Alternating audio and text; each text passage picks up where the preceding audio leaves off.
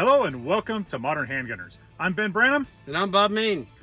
And we're here today to talk about a lever gun. You see we got this old Rossi out. You bought it at a gun show for a steal, didn't you? I bought this at a gun show for $340 back in the day. I'm going to say 5 or 6 years. About 5 or 6 years ago.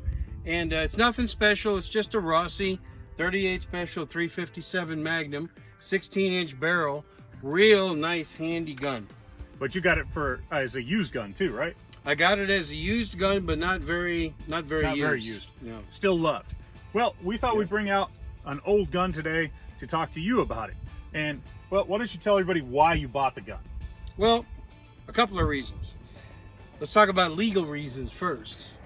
This gun is pretty much legal anywhere in the United States. Maybe even some people watching us from another country can own something like this. It's only 7 rounds in the mag, 1 in the chamber. It's a lever action. It's not the evil semi-automatic. So I can own it and shoot it anywhere. That's one reason. And the other reason is shooting this thing is a dream. As you saw in the opening of the video, I was shooting 38 specials. There's like no recoil on this, on 38 specials. Even 357s, it's not nearly as bad as shooting a 357 revolver. And the third reason is 16-inch barrel. When you load up 357s in a 16-inch barrel, you get some pretty good ballistics out of that. Yeah, I'd say you could hunt just about everything here in North America with the 357 out of a 16-inch barrel. You just got to be a little bit closer. You're not going to do 300 or 400 yard shots. The ammo runs out of juice at that, but anything under 100, you're probably good besides a bear. So not a bad gun to have. And it's handy too, right? You carry it around a lot in a bag with you and go places, right? Yep. Would you verify that's unloaded? I see clear. Okay. So I carry this in my vehicle a lot. It's a very short gun with a 16-inch barrel. I mean, this thing is, there's nothing to it. It's extremely light. It's short. It's easy to carry in a lot of bags. I mean, if your backpack's big enough, you can get this thing in there. Or even I just use just a regular rifle bag. And even some of you, like if you own a big truck or something, you can slide this under the seat easily. Yeah, and you know what? We should have brought another rifle to show you, but one of the biggest things about this thing that makes it so short is the action is only from here to here. It's only a little bigger than a round, and the reason they can do that is the design of the bolt comes back outside of the action. So any other semi-auto or anything else, you've got to have the action come all the way back here, and then that's where the stock starts, and that's normally where the trigger would be and everything. So you just make the whole gun 4 or 5 inches longer. These lever guns make it that much shorter, and it makes it that much nicer to carry around and stuff. And when you pick one of these up, you feel how short it is compared to your AR with a 16-inch barrel or a shotgun with an 18-inch barrel. Light too. Yeah, these things are about 5 pounds maybe unloaded.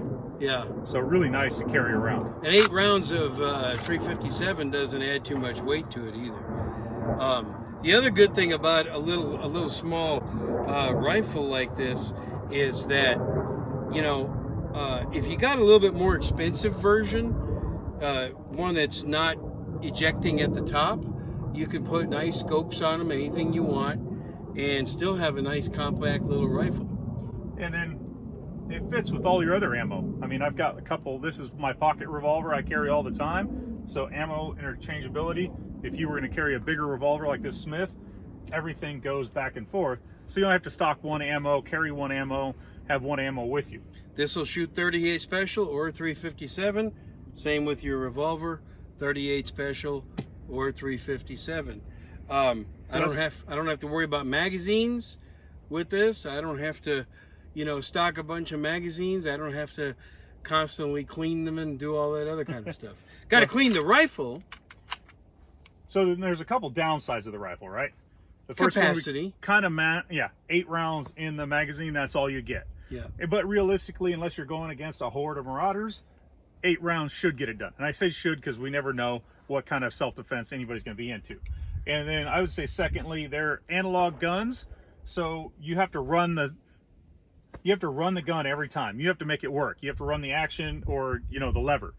And you saw Bob doing that at the beginning. Every time you fire, you got to run that lever back and forth, kind of Clint Eastwood style, or you know, old John Wayne. And if you want to feel like a cowboy, then you buy one of these, you know, like an old West cowboy. Something else, Ben, I want to mention is these have nice single action triggers, and they're good triggers. Even this inexpensive little Rossi that I only paid $340 for. I wish I had a Marlin 1894C. I think those are really good. One of the older version Marlins, the triggers on those are outstanding. Yeah, and then these analog guns, and I don't know how else to say it besides analog. The more you work it, Yeah. the better it'll be. Yeah. The better the trigger's going to be, the better the action is going to be. It's just going to slick up because it doesn't pound itself to death like today's semi-autos, where those ARs are just pounding themselves to death all the time. And this one does the same thing, but I've only shot Only about low. 300 rounds through this, but it's already smoother than when I bought it. yeah. So, and then you could do what I used to call the Smith & Wesson trigger job on it. Uh-huh. And if you just sit there and play with it at home for a Yeah. while, you know, do that 400 or 500 times. Like this at and home. You just, yeah. Well, pull the trigger too and get Yeah. that, You know, get you all can of it. just that- keep doing this all the time. And so that'll get you a lot of things too. That'll get you used to running that action, and that'll slick up the action inside too. Yeah. So there's a lot of cool things about this gun.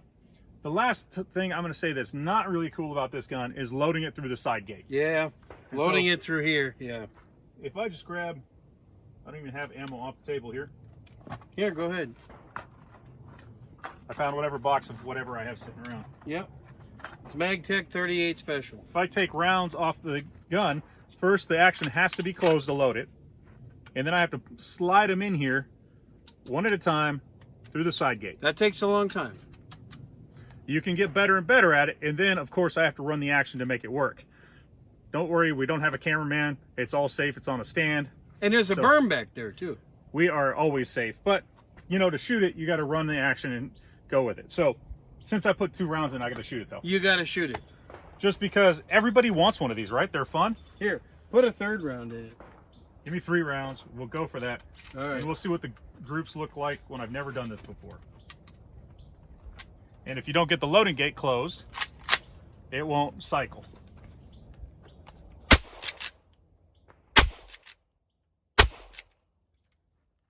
Not a bad group there. Not bad. Not great, but not bad. Not bad. So really easy.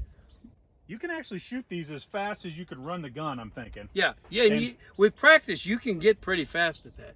You're never going to be semi-automatic speed with that. Maybe there's a few people in the world that are, but most of us are not. But pretty fast anyway. Yeah, and if you want to look up how fast you can get on these, go to those cowboy action games, look them up online, just look up cowboy action lever gun and see how fast those guys can do it. That's what's really possible out there. So not a bad gig. There, of course, there can be better stuff out there, but when we start talking Biden winning the election and want to take away guns, this one will be one of the last ones to go. Don't talk about that. Might not be a bad thing to have around. Well, and I might need one too. we have to talk about this. We have Okay. to talk about this. If you have to use this in self-defense and you do get an overzealous lawyer that is against you, when they hold up that all you just had was an old lever action cowboy gun, it's really hard to make a case against a rifle like this, you know? Yeah. Would you and agree? I would agree, unless, you know, my AR is going to look a lot more evil to somebody that doesn't understand guns. And then we start talking about this thing. You know, the first lever gun was designed in like 1860 and used in the Civil War. Right. And then, you know, this one is probably based on the 1897 design. Yeah. So 1897, this thing is 130 years old technology. So no whiz bang stuff, which is kind of good. That's problem number 3, and we'll solve that when I get there. But, you know, not a bad thing to stack the deck in your favor. And all that stuff that about you getting a jury of your peers, that's not true. That's not true. They will not let NRA members on the jury. They will not let self-defense experts on the jury. They will not let law enforcement on your jury. They will not let anybody that has any prior knowledge of guns or self-defense on your jury when you have to say, I defended myself and I got to claim self-defense. So it's kind of, me and Bob get very upset about this because it's bull crap. Yeah. If you were involved in a self-defense shooting and you claim self-defense, I should be able to look at the evidence as a self-defense expert and tell you whether you were right or wrong. And Bob could do the same thing. He could look at the evidence and tell you whether you were right or wrong. They don't want us on the jury because they can't manipulate us. So the way I got it put to me years ago in the police academy is it's not going to be a jury or peers. It's going to be 12 licensed drivers that weren't smart enough to get out of jury duty. Those are the people that are going to decide your fate. Amen. Folks, I'm Bob Main. I'm Ben Branham. And we thank you for watching Modern Handgunners. Consider getting yourself a little pistol caliber carbine lever gun. And if you like videos like this and you want to see more how-to and learn more about what me and Bob do for self-defense on how to use guns like this, how to use your AR, how to use your pistol, all that, shootersclubmembers.com is the membership site me and him run.